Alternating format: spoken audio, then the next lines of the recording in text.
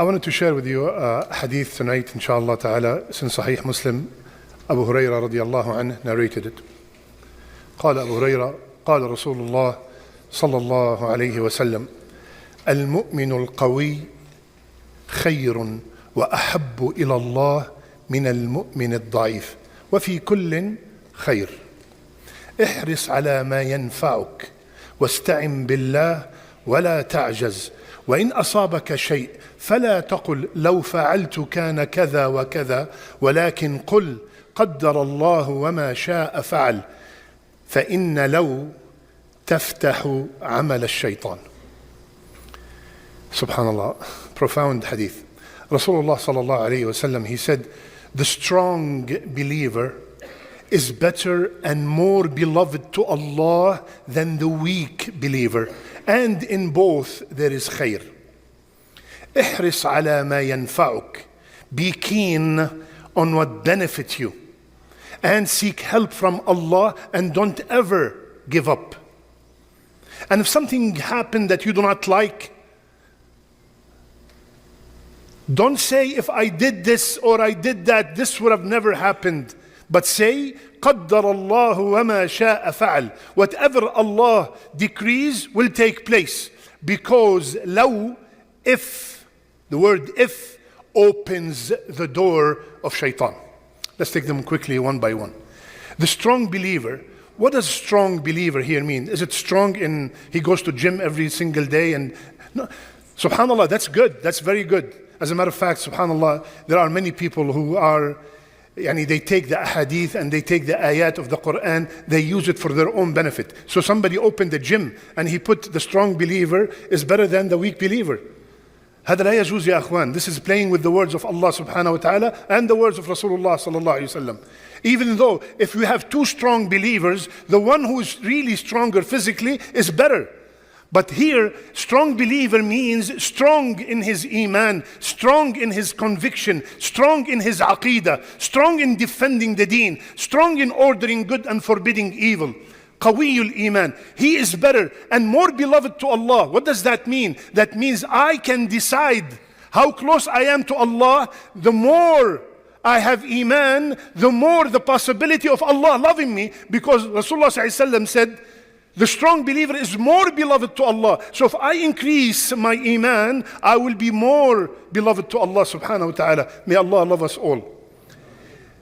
Better than the weak believer. And both of them has khair. As long as you have iman, you have khair. And then, alhamdulillah, I always get very happy when I see the youth. How many, if you are 20 and under, stand up. 20 and under, stand up. It's okay, yalla. Basir, take a picture. 20 and under, Allahu Akbar, Allahu Akbar. Sisters, 20 and under, stand up. Allahu Akbar. Wallahi, I am so proud of you. I am very, very proud of you. You can sit down now, inshallah. Look at this. All those who stood up and everybody else. احرص على ما ينفعك. Why did I make you stand up, brothers and sisters? Allah, Rasulullah sallallahu alayhi wa sallam, focus on what benefits you. My young brothers and sisters, look what benefits you. Sitting on a video game for 10, 15 hours, 3 hours, 4 hours is not going to benefit you. Sitting on social media, rolling all the reels one after one is not going to benefit you. Unless you're watching me.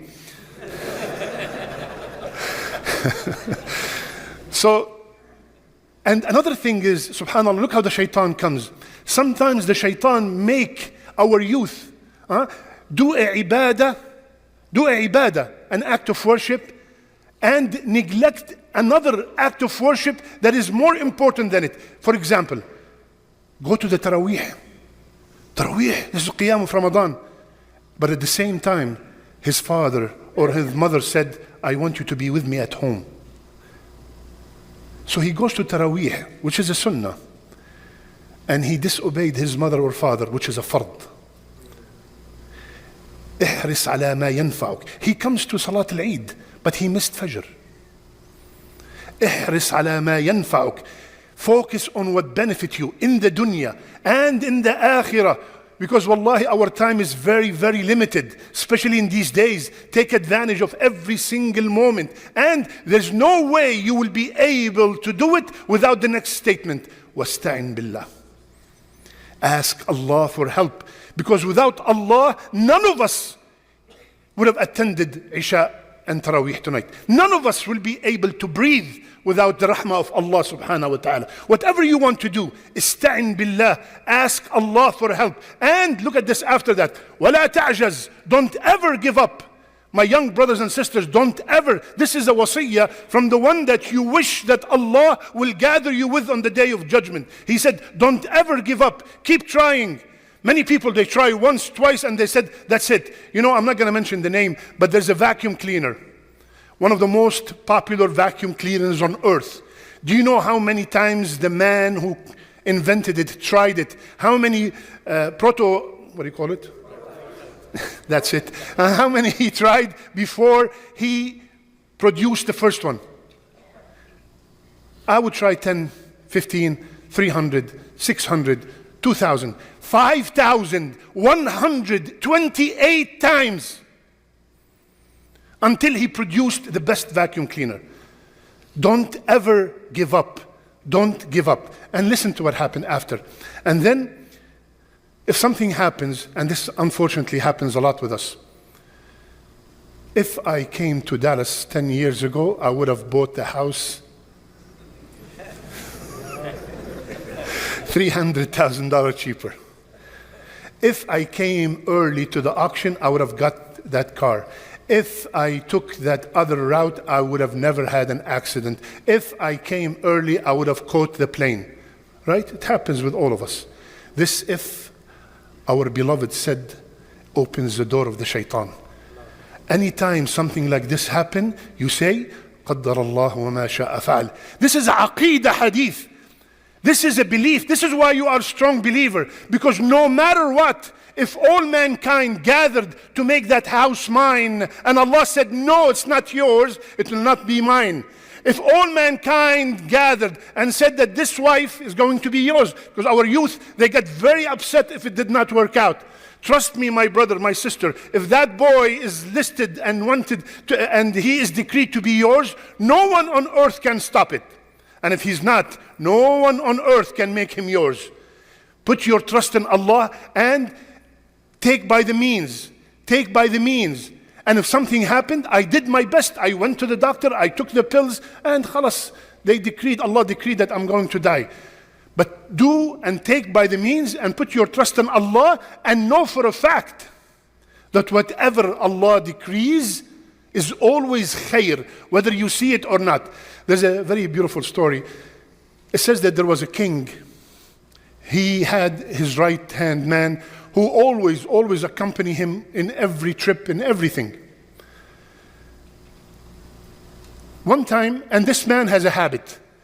Every time something happened with the king, this man says, قَدَّرَ اللَّهُ مَا شَاءَ فَعَلْ خَيْرٍ إِنْ شَاءَ اللَّهِ خَيْرٍ إِنْ شَاءَ اللَّهِ.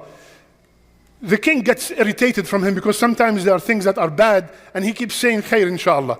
Long story short, one time they went hunting, and during the hunting journey the king hurt his finger. They rushed him back to the palace and they have to cut his finger. So the minister said, قَدَّرَ اللَّهُ مَا شَاءَ فَعَلْ خَيْرٍ إِنْ شَاءَ اللَّهِ. He said, where is the khair in cutting my finger? A king with a hand with 4 fingers, take him to jail. As they're taking him to jail, he said, خَيْرٍ إِنْ شَاءَ اللَّهِ قَدَّرَ اللَّهُ وَمَا شَاءَ فَعَلْ. The next day, the king went into a journey, and this is the first time ever he goes without his right-hand man, his minister. As he's going, he got lost, and he was caught by a tribe, and the habit of that tribe is that every time they catch a stranger, they slaughter him for their ilah, for their god. So they caught him and they taking him to slaughter him. The inspector came. They said, check him, make sure he is worthy with our God. They checked him, they found the finger missing. He said, he's not worthy, let him go. Let him go. So he went back. Allah, my minister is right. Everything is right. Subhanallah, it's always khair. So he told his guards, bring him out of jail. He said, this is what happened. Subhanallah, you were right, it was khair. But let me know, This is, I understand, but how is it you going to jail was khair? He said, Your Majesty, if I was with you, I am complete. I would have been slaughtered. So that was khair for me going to jail. So subhanAllah, sometimes we see the khair and sometimes we do not see it, but we have to know and believe that it's always khair. So if anything happened to you, teach it to your children. I will finish with this because my time is up. One time I taught this hadith to my children 15 years ago. And my young son now, he's in the 20s, he was like 7 years old. I was going to school with him and he was late, and I used to drive him to school. I was driving him to school and he was very late. On the way there, he said, Baba, I forgot my glasses. I was so upset. No, we are late. He said, Baba, yesterday you said, Qadr Allah wa ma sha'a. I said, Allah, I'm not going to teach you anything anymore. جزاكم الله خير. بارك الله فيكم. السلام عليكم.